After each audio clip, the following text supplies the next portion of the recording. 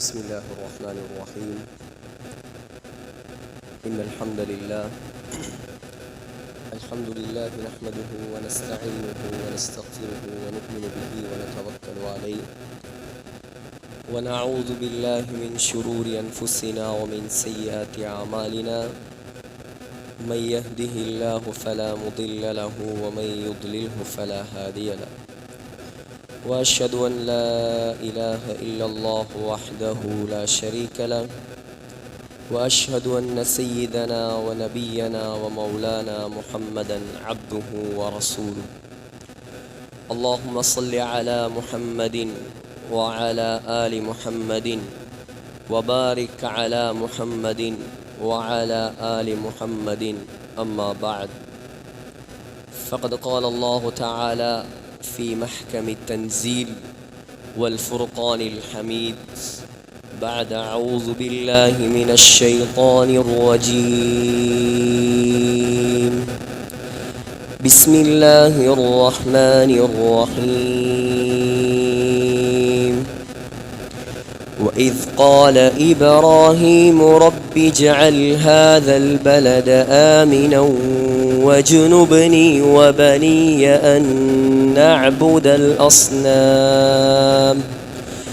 رب إنهن أضللن كثيرا من الناس فمن تبعني فإنه مني ومن عصاني فإنك غفور رحيم.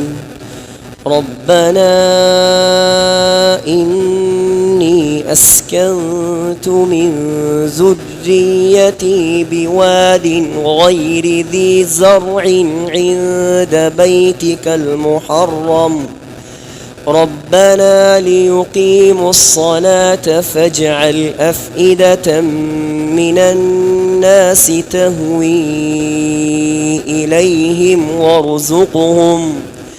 وارزقهم من الثمرات لعلهم يشكرون. صدق الله العظيم. وقال النبي صلى الله عليه وسلم: من استطاع منكم أن يموت بالمدينة فليمت بها فإني أشفع لمن مات بها. وقال أيضا: إن الإيمان لا يأرز إلى المدينة كما تأرز الحية في جحرها. رواهما الإمام البخاري في صحيحه أو كما قال عليه الصلاة والسلام. அளவில்லா அருளும் இணையில்லா கிருபையும் கொண்டு அகில உலகத்தை படைத்து பரிபாலித்து பராமரித்து இரட்சித்து பாதுகாத்து போஷிக்கக்கூடிய வல்லநாயன் அல்லாஹ், அவனுக்கே அனைத்து புகழும். அல்ஹம்துலில்லாஹ். அந்த அல்லாஹ் யஹ்லுகு மா யஷா, நாடியதை படைக்கக்கூடியவன். அந்த அல்லாஹ் யஃஅலு மா யஷா, நாடியதை செய்யக்கூடியவன். அந்த அல்லாஹ் ஹுவல்லதி யுஸவ்விருக்கும் ஃபில் அர்ஹாமி கைஃப யஷா, தாயுடைய கற்பறையில் தான் நாடிய தோற்றத்தை கொடுக்கக்கூடியவன். அந்த அல்லாஹ் வ அன்னஹு ஹுவ அத்ஹக வ அப்கா, அளவைப்பவன் சிரிப்ப வைப்பவன். வ அன்னஹு அமாத வ அஹ்யா, அவனே மௌத்தாக்குபவன் உயிர்ப்பிப்பவன். லைஸ கமிஸ்லிஹி ஷை, அந்த அல்லாஹ்வுக்கு நிகராக ஈடாக இணையாக துணையாக ஒப்பாக உவமையாக இந்த அண்ட சராசரத்தில் யாரும் கிடையாது என்பதாக சங்கையான இந்த மிம்பரில் வைத்து நான் சாட்சி சொல்கிறேன். ஸலாத் எனும் கருணையும் சலாம் எனும் ஈடேற்றமும் நபிகுலத் திலகம் மாநிலம் போற்றும் மாமேதை உலகத்துக்கு வந்த உத்தமர் கருணை கடல் நற்குணத்தின் தாயகம் நபிகள் நாயகம் ஸல்லல்லாஹு அலைஹி வஸல்லம் அன்னவர்கள் மீதும் அந்த அண்ணல் நபிகளாரின் வாழ்க்கை வழிமுறைகளை அடியொற்றி நடப்பதில் அணுவளவும் நெறி பிசகாது அகில உலகத்துக்கெல்லாம் அழகிய முன்மாதிரியாக வாழ்ந்து காட்டிய அன்னாருடைய தோழர்கள், சங்கையான மனைவிமார்கள், கியாமத்து நாள் வரை வரக்கூடிய முஃமினான முஸ்லிமான ஆண்கள் பெண்கள் அனைவர் மீதும் உண்டாகட்டும்.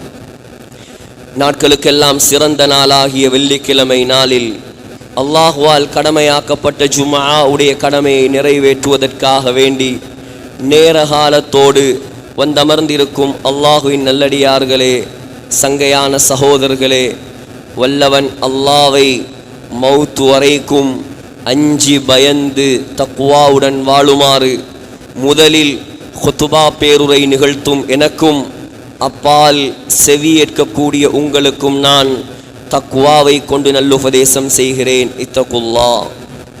அன்புணரைந்த அல்லாஹுவின் நல்லடியார்களே, அல்லாஹு தஆலா குர்ஆனில் சொல்கிறான், வலவ் அன்ன அஹ்லல் குரா, ஒரு ஊர்வாசிகள், ஆமனு ஈமான் கொண்டு, வத்தகவ் அல்லாஹ்வை பயந்து வாழ்ந்தால், அல்லாஹு தஆலா எந்த ஊராக இருந்தாலும் அந்த ஊருக்கு அல்லாஹுடைய நிபந்தனை 2 தான். பணம் இருக்க வேண்டும், பட்டம் இருக்க வேண்டும், பதவி இருக்க வேண்டும், காணி பூமிகள் இருக்க வேண்டும், வயல் வரப்புகள் இருக்க வேண்டும், கடல் இருக்க வேண்டும். இது அல்லாஹுடைய நிபந்தனை அல்ல. குர்ஆனில் அல்லாஹ் உலகத்தில் உள்ள அத்துணை ஊர்களுக்கும் போடக்கூடிய நிபந்தனை. குர்ஆனில் அல்லாஹ் பரக்கத் உங்களுக்கு வேண்டுமா, அல்லாஹுடைய அருள் வேண்டுமா, அல்லாஹுடைய ரஹ்மத் எந்த ஊருக்கு இறங்க வேண்டும் என்று எந்த ஊர்வாசிகள் ஆசை வைக்கிறார்களோ அவர்களுக்கு அல்லாஹ் சொல்லக்கூடிய நிபந்தனை 2 தான். ஆமனு, முதலாவது ஈமான் இருக்க வேண்டும். 2வது வத்தகவ், அல்லாஹுடைய அச்சம் இருக்க வேண்டும். இந்த 2ம் இருந்தால் அல்லாஹ் சொல்கிறான், வேற ஒன்றும் தேவையில்லை. லஃபதஹ்னா அலைஹிம் பரகாத்தின் மினஸ் ஸமாஇ வல் அர்த், வானத்துடைய பரக்கத்தையும் பூமியுடைய பரக்கத்தையும் நான் திறந்து தருவேன் அல்லாஹ் சொல்கிறான். துல்காதா துல்ஹிஜ்ஜா மாதம் முடிய போகிறது. இஸ்லாமிய புது வருடம் ஆரம்பமாக போகிறது. சகோதரர்களே, இந்த துல்ஹஜ் மாதத்தில் மட்டும் கிட்டத்தட்ட 20 லட்சம் பேர் மதீனாவுக்கு வந்து போயிருக்கிறார்கள். எத்தனை லட்சம்? 20 லட்சம் பேர் மதீனாவுக்கு வந்து போயிருக்கிறார்கள். ஆனால் மதீனா இன்றுதான் மதீனா. மதீனா இப்பதான் மதீனா. முஹம்மது ஸல்லல்லாஹு அலைஹி வஸல்லம் ஹிஜ்ரத் போவதற்கு முன்னால் மதீனாவுடைய பெயர் மதீனா அல்ல. மதீனாவுடைய பெயர் யஸ்ரிப். யஸ்ரிப் என்றா என்ன? நோய், தொத்து நோய், பிணி, பீடை, இதெல்லாம் அர்த்தம். மக்காவுல முஸ்லிம்களுக்கு நிம்மதியாக வாழ முடியவில்லை. முஷ்ரிக்கீன்களுடைய தொல்லை நாளுக்கு நாள் அதிகரித்து கொண்டே செல்கிறது. ஸல்லல்லாஹு அலைஹி வஸல்லமுக்கு வலது கையாக இருந்தவர்தான் அபூ தாலிப் மௌத்தாகிவிட்டார். ஸல்லல்லாஹு அலைஹி வஸல்லமுக்கு இடது கையாக இருந்தவர்தான் ஹதீஜா ரலியல்லாஹு அன்ஹா மௌத்தாகிவிட்டார். ஸல்லல்லாஹு அலைஹி வஸல்லமுக்கு நாளுக்கு நாள் தொல்லை அதிகரித்து கொண்டே செல்கிறது. சஹாபாக்கள் ஆசைப்படுகிறார்கள், அல்லாஹ் வேறொரு ஊருக்கு செல்வதற்கு அனுமதி தருவான். எல்லாரும் எதிர்பார்த்தது என்னண்டா, பலஸ்தீன் கிடைக்கும், பரக்கத்தான ஊர், அல்லது சிரியா வியாபார ஸ்தலம், அல்லது யமாமா, அங்கே கோதுமை தானியங்கள் வயல் வரப்புகள் எல்லாம் நிரம்பி வழியுது. இப்படியான ஒரு ஊருக்குத்தான் அல்லாஹ் எங்களை அனுப்புவான் என்று எதிர்பார்த்தார்கள். அல்லாஹுடைய ஓர்டர் வந்தது, எல்லாரும் யஸ்ரிபுக்கு மதீனாவுக்கு ஹிஜ்ரத் போங்க.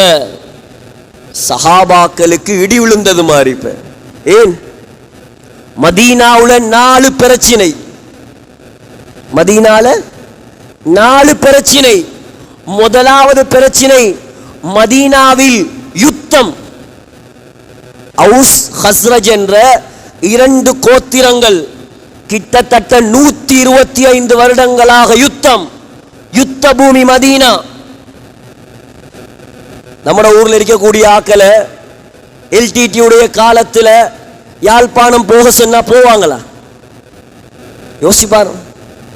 எல்டிடி யுத்தம் நடக்கக்கூடிய காலம், குழப்ப காலம், புலியுடைய காலம். யாழ்ப்பாணம் போக சொன்னா யாராவது போவாங்களா? போமாட்டாங்க. ஏன்? பயங்கரவாதம், அங்கே கொலை, அங்கே நிம்மதி இல்லை. இப்ப சஹாபாக்களுக்கு முதலாவது பிரச்சனை மதீனாவுல சண்டை, யுத்தம். 2வது பிரச்சனை மதீனாவில் தொழில் பிரச்சனை. சஹாபாக்கள், மக்கத்து சஹாபாக்கள் எல்லாம் யார்? மக்கத்து சஹாபாக்கள் எல்லாம் பெரிய பெரிய வியாபாரிகள், பிசினஸ்மேன். மதீனால அங்க வியாபாரம் எல்லாம் ஒன்றும் இல்லை. மதீனால விவசாயம் மட்டும்தான். விவசாயம், ஈச்சம்பழம், வேறொன்றும் இல்லை. பெரிய பெரிய கடை முதலாளிகள் நம்முடைய முதலாளிகளை கொண்டு போய் வயல்ல விட்டா அவங்களுக்கு வயல் செய்ய தெரியுமா? தெரியாது. இது 2வது பிரச்சனை. மூணாவது பிரச்சனை மதீனாவில் தொற்று நோய். நான் சொன்னனே, மதீனாவுடைய பெயரே யஸ்ரிப். யஸ்ரிப் என்ற அர்த்தமே தொற்று நோய். மதீனாவுக்குள்ள போனா அங்க ஒரு காய்ச்சல் வரும், பயங்கரமான காய்ச்சல் வரும் அந்த காலத்தில். அதனால் யாரும் மதீனாவுக்கு போறல்ல. 4வது பிரச்சனை மதீனாவுல குடிக்கிறதுக்கு ஒழுங்கான தண்ணி இல்லை. குடிக்கிறதுக்கு ஒழுங்கான தண்ணி இல்லை. ஆனால் சஹாபாக்கள் பார்த்தார்கள், படைத்தவன் அல்லாஹ் கட்டளை போட்டு விட்டான், புத்தியை தூக்கி பின்னால் போடுவோம், அல்லாஹ்வுடைய கட்டளைக்கு வழிபடுவோம், போவோம் மதீனாவுக்குள்.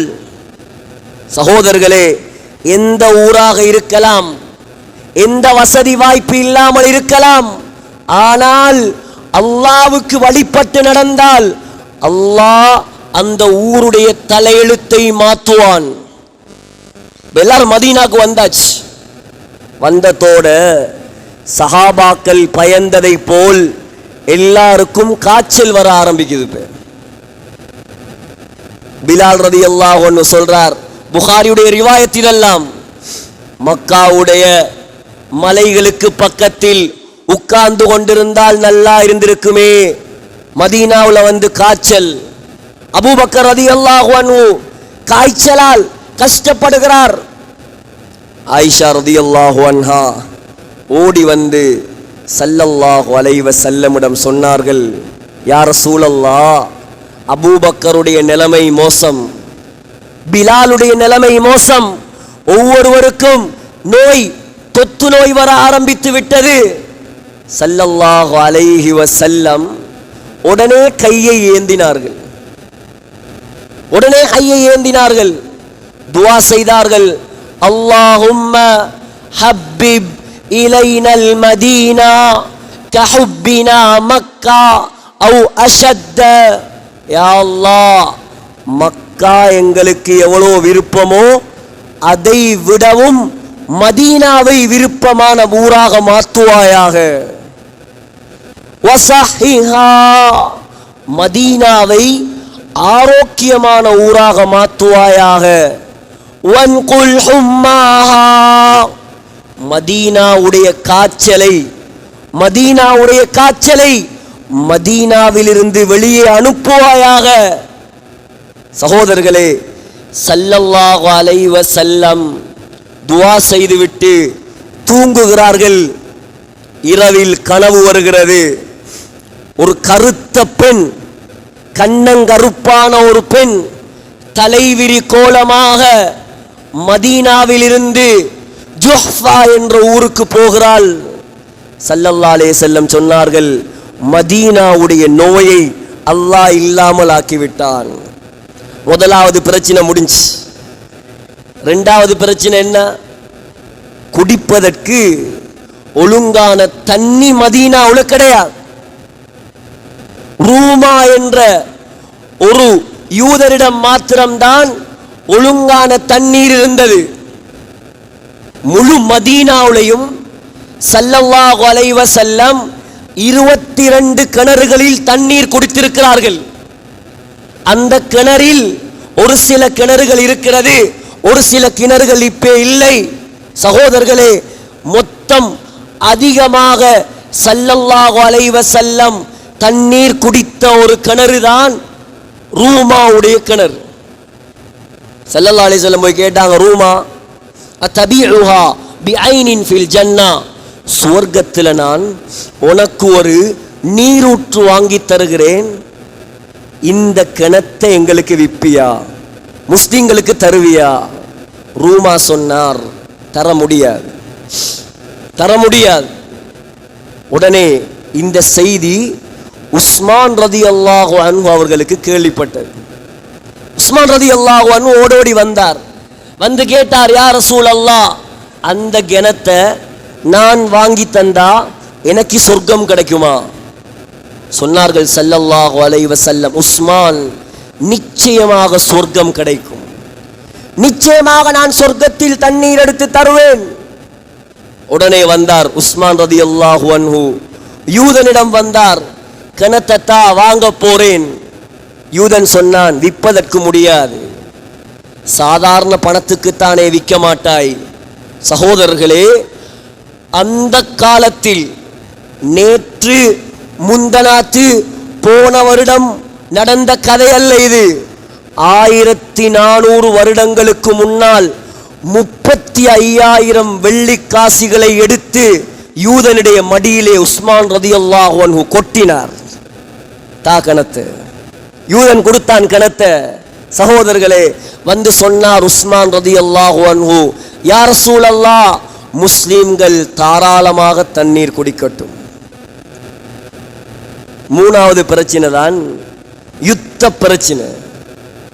முஹம்மது ஸல்லல்லாஹு அலைஹி வஸல்லம் மதீனாவுக்குள் நுழைந்து ஒரு சில நாட்களில் அவுஸ் ஹஸ்ரஜ் என்று இருந்த அந்த யுத்தத்தை இல்லாமலாக்கி முஹாஜிரின்கள் அன்சாரிகள் என்ற 2 பெயர்களை கொண்டு வந்தார்கள்.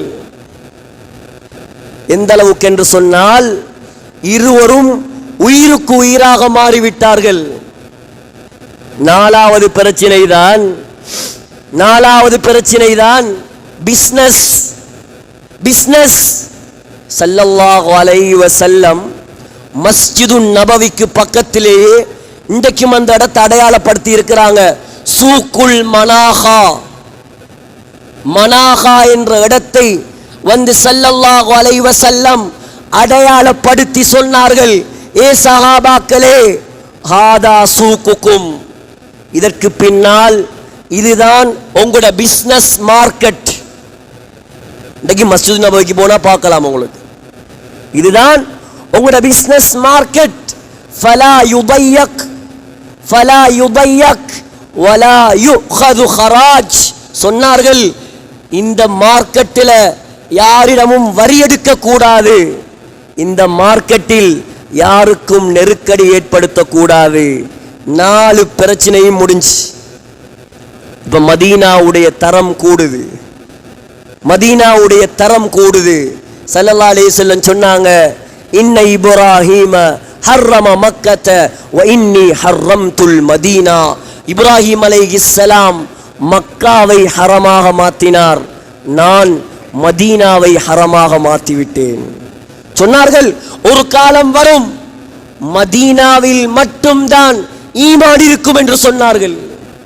இன்னும் சொன்னார்கள், யாருக்கெல்லாம் வசதி இருக்கிறதோ அவர் மௌத்தாக வேண்டும், மதீனாவுக்கு போய் மௌத்தாக வேண்டும் என்று சொன்னாங்க ஸல்லல்லாஹு அலைஹி வஸல்லம். ஏன்?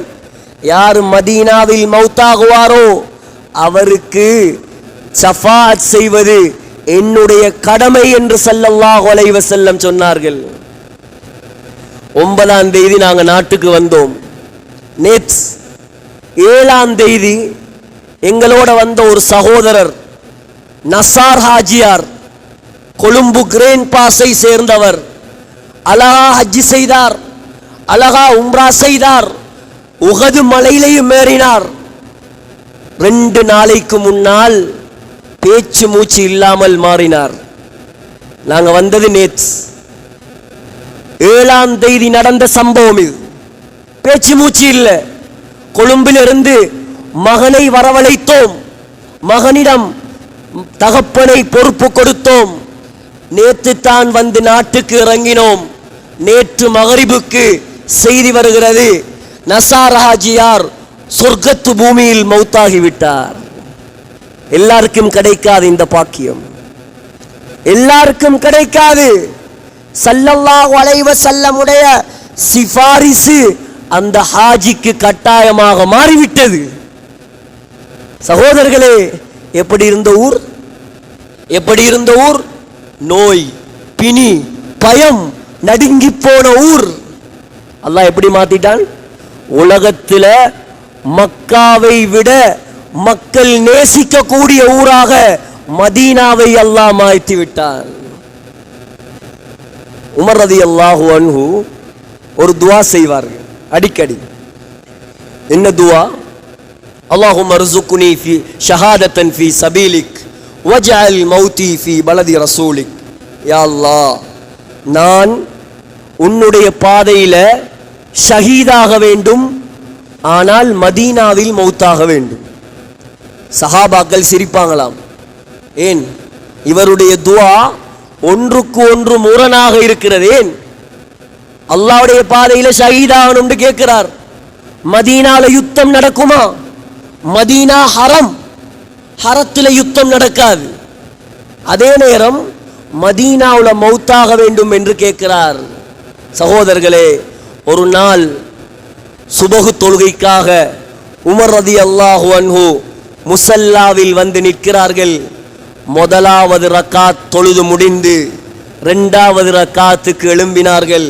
எழும்பி சுப்ஹானல்லாஹ் ஓதினார் ஒரு வசனம், வகான அம்ருல்லாஹி கதரம் மக்தூரா. அல்லாஹ்வுடைய ஏற்பாடு நடந்தே தீரும் என்ற வசனத்தை ஓதினார். பின்னால் இருந்து வந்து முகீரத் இப்னு ஷுஅபாவுடைய அடிமை ஹஞ்சர் என்ற கத்தி, 2 பக்கமும் கூரான கத்தி, நடுவில் பிடி, அதில் நஞ்சை பூசி உமர் ரலியல்லாஹு அன்ஹுடைய வயிற்றில் குத்தினான். கொடல் கிழிந்து கத்தி வௌத்துக்கு வெளியாலே வந்து இரத்தம் ஆறாக ஓடியது. மஸ்ஜிதுன் நபவி இரத்த வெள்ளமாக மாறியது. உமர் ரலியல்லாஹு அன்ஹு மயங்கி அப்படியே கீழே விழுந்துட்டான். அந்த பாவி உமர் ரலியல்லாஹு அன்ஹுவோடு சேர்த்து 6 சஹாபாக்களை கொலை செய்து விட்டான். இப்ப உமர் ரலியல்லாஹு அன்ஹு வீட்டுக்கு கொண்டு செல்லப்பட்டு உமர் ரலியல்லாஹு அன்ஹு அவர்கள் மயக்கம் தெளிந்தவுடன் முதலில் கேட்ட கேள்வி என்ன தெரியுமா? முதல்ல கேட்ட கேள்வி என்ன தெரியுமா?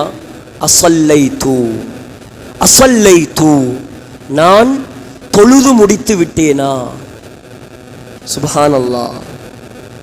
சஹாபாக்கள்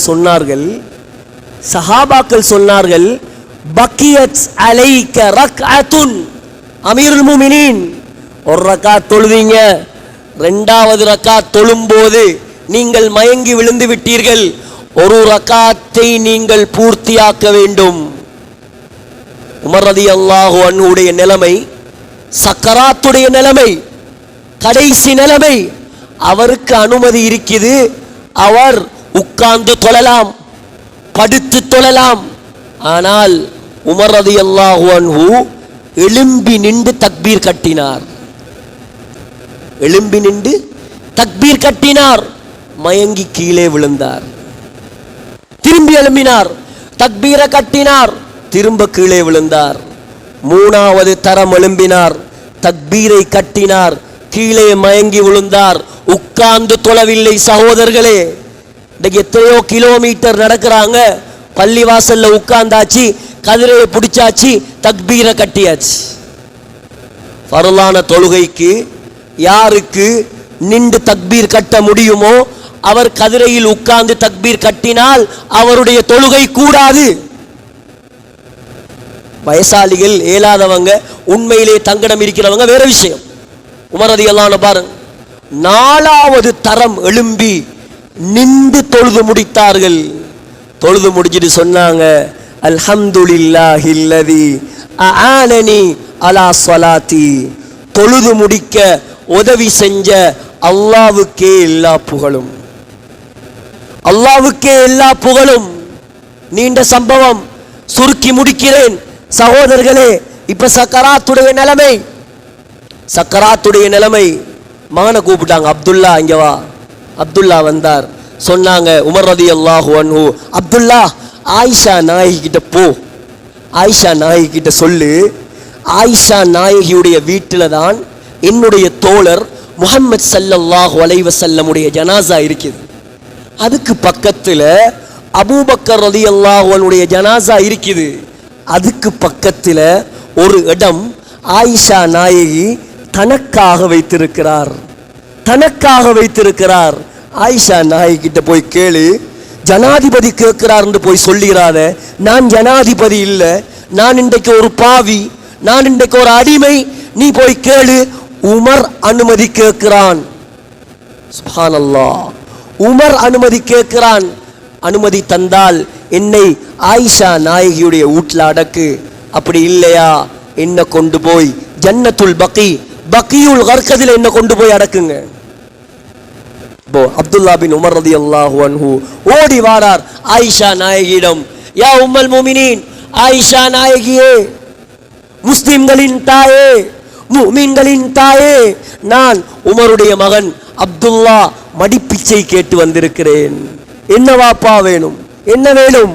உங்களோட வீட்டுல தானே ரசூலுல்லாஹ் இருக்கிறாங்க, உங்களோட வீட்டுல தானே அபூபக்கர் இருக்கிறார், அதுக்கு பக்கத்துல ஒரு இடம் இருக்குது, அதை நீங்க உங்களுக்காக வச்சிருக்கிறீங்க, அந்த இடத்தை ஏண்ட வாப்பா ஆசைப்படுகிறார், தருவீங்களா தாயே, தருவீங்களா? சுப்ஹானல்லாஹ். சொன்னாங்க, வானத்துக்கு கீழே பூமிக்கு மேல அதுக்கு நிகரான ஒரு இடம் இந்த உலகத்தில் கிடையாது. ஏன்? உலகத்தின் சொர்க்கம் அது, உலகத்துடைய சொர்க்கம் அது. உலகத்துல சொர்க்கம் வேற எங்கேயும் இல்லை, மதீனாவுல மட்டும்தான் இருக்கு உலகத்துடைய சொர்க்கம். ஸல்லல்லாஹு அலைஹி வஸல்லமுடைய வீட்டுக்கும் ஸல்லல்லாஹு அலைஹி வஸல்லமுடைய மிம்பருக்கும் இடைப்பட்ட பகுதி தான் உலகத்தின் சொர்க்கம். புகாரியுடைய ஹதீஸ் இது. சொன்னாங்க ஆயிஷா நாயகி, பாருங்க எப்படி விட்டு கொடுக்குறாங்கன்னு பாருங்க, எப்படி விட்டு கொடுக்குறாங்கன்னு பாருங்க. சொன்னாங்க, எனக்காக வச்சிருந்தேன், ஆனால் என்னை விடவும் அந்த இடத்துக்கு உமர் தகுதிதான், உமர் தகுதிதான். நான் ஊட்ட விட்டு வெளியே போறேன், உமரை கொண்டு வந்து அடக்குங்கள். சகோதரர்களே, இன்றைக்கு எங்கட ஊர்ல ஒத்துமை இல்லை, ஊர் மக்களுக்கு இடையில ஒத்துமை இல்லை, பள்ளிவாசல்களுக்கு இடையில ஒத்துமை இல்லை, நிர்வாகங்களுக்கு இடையில ஒத்துமை இல்லை. ஊர்ல என்ன நடக்கணும், என்ன நடக்க கூடாது, இந்த விஷயங்களை பத்தி கவலை இல்லை. தான் தான் வாழ்ந்தால் போதும், தான் தான் சம்பாதித்தால் போதும், எந்த சுயலாபத்துக்காக நான் பள்ளிவாசலுக்குள்ளும் குழப்பம் உண்டு பண்ணுவேன். சகோதரர்களே, மதீனா எப்படி 100க்கு 100 முஸ்லிம்கள் வாழக்கூடிய ஊரோ, அதே போல சாய்ந்த மருதும் 100க்கு 100 வீதம் முஸ்லிம்கள் வாழக்கூடிய ஊர். ஆனா கவலை என்ன தெரியுமா? ஒரு பள்ளி வாசல் கிடையாது, 100க்கு 100 வீதம் தொழுகையாளிகள் உள்ள ஒரு பள்ளி இங்க கிடையாது. யாருடைய பொறுப்பு இது? யாருடைய பொறுப்பு இது? இந்த நிலைமையில இவங்களுக்கு அல்லாஹ்வுடைய உதவி தேவைப்படுது ஊருக்கு. சகோதரர்களே, இந்த ஊரில் பிறந்து வளர்ந்தவர் தான் நானும். இந்த ஊர் மக்கள், ஆயிரக்கணக்கான மக்கள் இங்கே உட்கார்ந்து இருக்கிறார்கள். சகோதரர்களே, மக்கள் மடையர்கள் அல்ல, மக்கள் எல்லாம் மடையர்கள் அல்ல. நீங்கள் விளங்கிக் கொள்ளுங்கள் சகோதரர்களே, இன்றைக்கு இந்த ஊர் தொழுகையாளிகள் உள்ள ஊராக மாறுமோ அப்பதான் இந்த ஊருக்கு அல்லாஹ்வுடைய ரஹ்மத் இறங்கும். நிர்வாகத்துடைய கடமை என்ன? பள்ளி கட்டுறதா, பெயிண்ட் அடிக்கிறதா அல்லது பதவி வைப்பதா, எனக்கு நிர்வாகம் யாரு, இதுக்கு பின்னால யார் வரப்போறாங்க, இதெல்லாம் எனக்கு தெரியாது. இதென்ற கடைசி கொத்துபாவாக இருந்தாலும் பரவாயில்லை. ஊருக்கென்று பொறுப்பு இருக்கிறது, ஒரு கடமை இருக்கிறது. நாளைக்கு அல்லாஹ் எங்களிடம் கேள்வி கேட்பான். இந்த பெரிய பள்ளி 7000 பேர் நின்று தொழக்கூடிய பள்ளி, சங்கையான இமாம் புகருக்கு தக்பீர் கட்டுகிறார், ஒரு சஃப் கூட ஆக்கலில். சங்கையான இமாம் சுபவுக்கு தக்பீர் கட்டுகிறார், ஒரு சஃப் கூட ஆக்கல் இல்லை. சலாம் கொடுத்துட்டு பார்த்தா தான் 1.5 சஃப் இருக்குது. எங்க மகல்லாவாசிகள் நிர்வாகத்துடைய பொறுப்பு இது, நிர்வாகத்துடைய பொறுப்பு இது. ஒவ்வொரு ஊடாக ஏறி இறங்க வேண்டும், பள்ளிக்கு வராதவனுடைய ஊடாக. சகோதரர்களே, பள்ளி வாசலில் வைத்து ஊர் மக்களுக்கு மார்க்கம் படித்து கொடுக்கப்பட வேண்டும். ஒரு தஃப்சீர் கிளாஸ் பள்ளி வாசல்ல கிடையாது, ஒரு ஃபிக்ஹ் கிளாஸ் பள்ளி வாசல்ல கிடையாது. போயிட்டு பேசி மாமா பிடிச்சிடாதீங்க. கொடுக்கிற சம்பளத்துக்கு அவங்க தொழுவிக்கிறதே பெரிய விஷயம். ஊர்கள்ல எங்கட பள்ளி வாசல்கள்ல நான் இப்ப பள்ளியில இல்லை, அதால தைரியமா பேசுவேன். பள்ளியில இருந்து கொண்டு பேசினா எந்த லாபத்துக்கு பேசுறேன்னு சொல்லுவாங்க. பாவம் ஊர்ல உள்ள உலமாக்கள், ஊர்ல உள்ள பள்ளிவாசல் இமாம்கள் பாவம். அவனுக்கு குடும்பம் இல்லையா, பிள்ளை கூட்டி இல்லையா, செலவு இல்லையா? கொடுக்கிற 30,000 சம்பளம் 3000 ரூல்ஸ். 30,000 சம்பளம் கொடுக்கிற, அதுல 3000 ரூல்ஸ். சின்ன வயசுல உம்மா வாப்பாட கட்டுப்பாடு, மதரசாக்கு போனா உஸ்தாதுமாருடைய கட்டுப்பாடு, பள்ளிக்கு வந்தா நிர்வாகியுடைய அதிகாரம். அப்ப அவன் வாழ்க்கையில சுதந்திரம் இல்லை அவருக்கு. சகோதரர்களே, புள்ள பிறந்தா தேவை மௌலவி, பாங்கு சொல்றார் மௌலவி, இக்காமத் சொல்றார் மௌலவி, கல்யாணம் முடிக்கணுமா மௌலவி, ஜனாசாவுல கபர்ல வைக்கிற வரைக்கும் மௌலவி. ஆனா அவங்களோட வாழ்க்கையெல்லாம் பரிதாபம். யோசிச்சு பாருங்கள். இங்கே தஃப்சீர் கிளாஸ் நடக்க வேண்டும். இந்த ஊர்ல பிறந்து வளர்ந்த ஒரு ஆலிம் தானே இந்த ஊர் பள்ளிவாசல்ல போய் தஃப்சீர் கிளாஸ் செய்தார். நான் சொல்றது சரியா பிள்ளையா? எங்க பிறந்தவர், எங்க வளர்ந்தவர், சாய்ந்த மருது மண்ணுக்கு சொந்தக்காரன். இந்த ஊர்ல போய் தஃப்சீர் கிளாஸ். மருதமோடையிலிருந்து அக்கரப்பத்திலிருந்து சனம் 1000 கணக்கில் வந்தது. ஏன் இந்த பள்ளி இடம் கொடுக்கவில்லை? யாருடைய பொறுப்பு? இந்த ஊர் நிர்வாகிகளுக்கு ஆர்வம் இருந்தல் என்றால் சாய்ந்த மருது நிர்வாகத்துக்கு ஆர்வம் இல்லையா? இந்த ஊர் மக்களுக்கு தஃப்சீர் கிளாஸ் தேவை என்றால் சாய்ந்த மருது மக்களுக்கு குர்ஆன் தேவையில்லையா? குர்ஆன படிச்சவங்க இங்க இருந்திருந்தா பள்ளிவாசலுக்குள்ள கூச்சல் போடுவாங்களா? சண்டை பிடிப்பாங்களா? சிந்தித்து பாருங்கள் சகோதரர்களே. நிர்வாகம், இதுக்கு பின்னால் யார் வாராங்களோ அல்லாஹ்வுடைய இந்த புனிதமான மிம்பரை சாட்சியாக வைத்து நான் சொல்கிறேன், கியாமத்துடைய நாளையில யாரும் தப்பேலாது.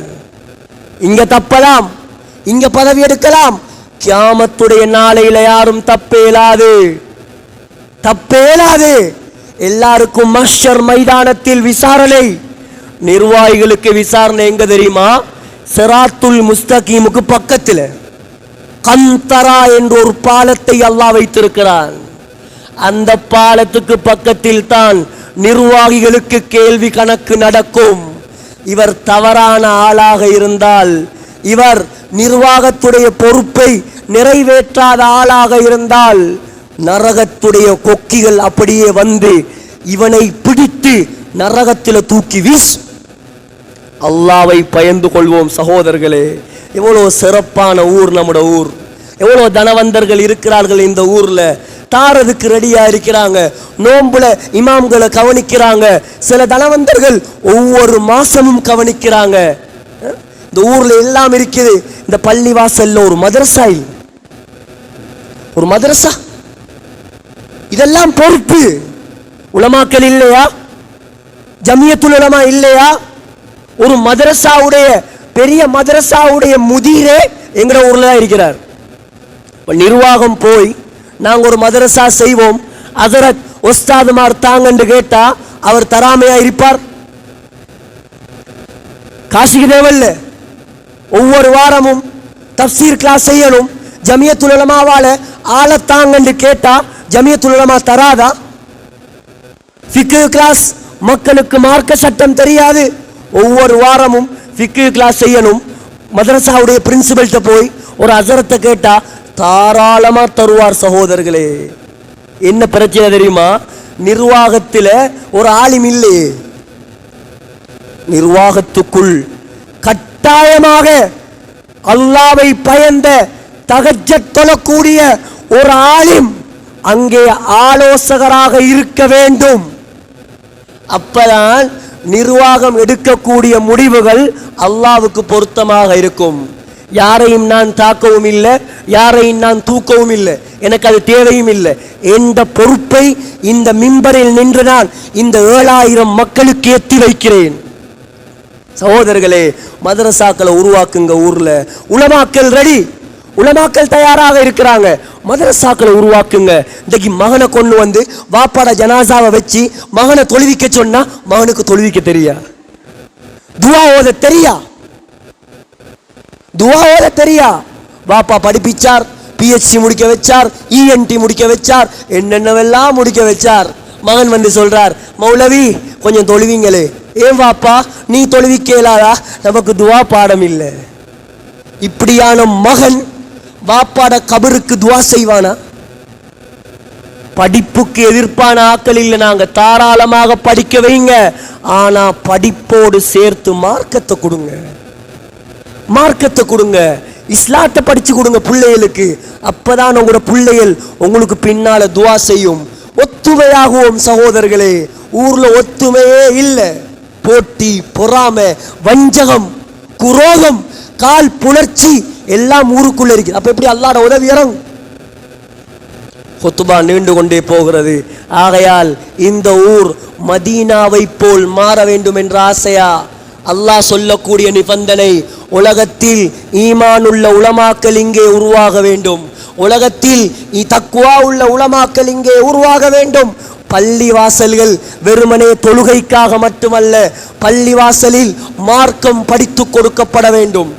பள்ளிவாசலில் குர்ஆன் படித்து கொடுக்கப்பட வேண்டும். பள்ளிவாசலில் இருந்து முழு ஊருக்கும் நலவு நடக்க வேண்டும். இதுதான் நிர்வாகிகளுடைய பொறுப்பு.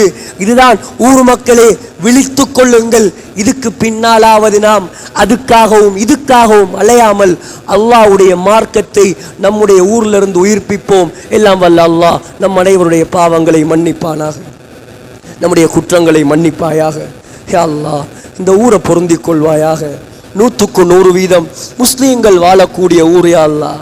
ஆனால் எத்தனையோ குறைபாடுகள் இருக்கிறது யா அல்லாஹ். இந்த குறைபாடுகளை நீதான் நிவர்த்தி செய்ய வேண்டும் யா அல்லாஹ். இந்த ஊர்ல யா அல்லாஹ் சிறந்த ஒரு தக்வா உள்ள ஒரு மதரசாக்களை உருவாக்கி யா அல்லாஹ். யா அல்லாஹ், இந்த ஊர் நிர்வாகத்துக்கு யா அல்லாஹ் நீ ரஹ்மத் செய்ய யா அல்லாஹ்.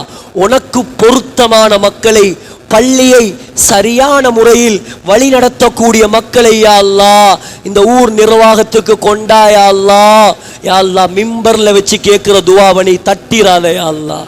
இரக்கம் உள்ளவனே, எங்களோட ஊர் வாலிபர்களை காப்பாற்றுவாயாக, எங்களோட ஊர் வயோதிபர்களை காப்பாற்றுவாயாக, எங்களோட ஊர் பெண்களை காப்பாற்றுவாயாக, போதையிலிருந்து, கடன், வட்டி எல்லா தீங்குகள்ல இருந்தும் காப்பாற்றுவாயாக. யா அல்லாஹ், எவ்வளோ காலம் இந்த உலகத்தில் வாழ்ந்தாலும் எங்களுக்கு ஒரு கடைசி நாள் இருக்கிறது யா அல்லாஹ். அந்த கடைசி நாளை மதீனா முனவ்வராவில், மஸ்ஜிதுன் நபவியில், ரௌதா ஷரீஃபில் சுஜூதுடைய நிலைமையில் சொர்க்கத்தை கண்ணால் கண்டவர்களாக லா இலாஹ இல்லல்லாஹ் முஹம்மதுர் ரசூலுல்லாஹ் என்ற கலிமா சொன்னவர்களாக யா அல்லாஹ் எங்களை மௌத்தாக்கிடு யா அல்லாஹ். எங்களோட துஆக்களை கபூல் செஞ்சிடு யா அல்லாஹ். வாஹிர் தஅவானா அனில் ஹம்துலில்லாஹி ரப்பில் ஆலமீன். இன்னல் ஹம்தலில்லாஹ் அல்ஹம்துலில்லாஹி அல்லதி ஹதானா லிஹாதா வமா குன்னா லினஹ்ததிய லௌலா அன் ஹதானா அல்லாஹ். வஸ்ஸலாத்து வஸ்ஸலாமு அலா அஷ்ரஃபில் அன்பியாஇ வல் முர்சலீன் முஹம்மதின் وعلى آله وأصحابه ومن تبعهم بإحسان إلى يوم الدين. أما بعد فيا عباد الله أوصيكم ونفسي أولا بتقوى الله فإن التقوى ملاك الحسنات. فقد قال الله تعالى في القرآن الكريم أعوذ بالله من الشيطان الرجيم بسم الله الرحمن الرحيم فقلت استغفروا ربكم إنه كان غفارا. صدق الله العظيم. بارك الله لنا ولكم بالقرآن العظيم ونفعنا وإياكم بالآيات والذكر الحكيم. إنه تعالى جواد كريم ملك قديم واستغفروه إنه هو الغفور الرحيم.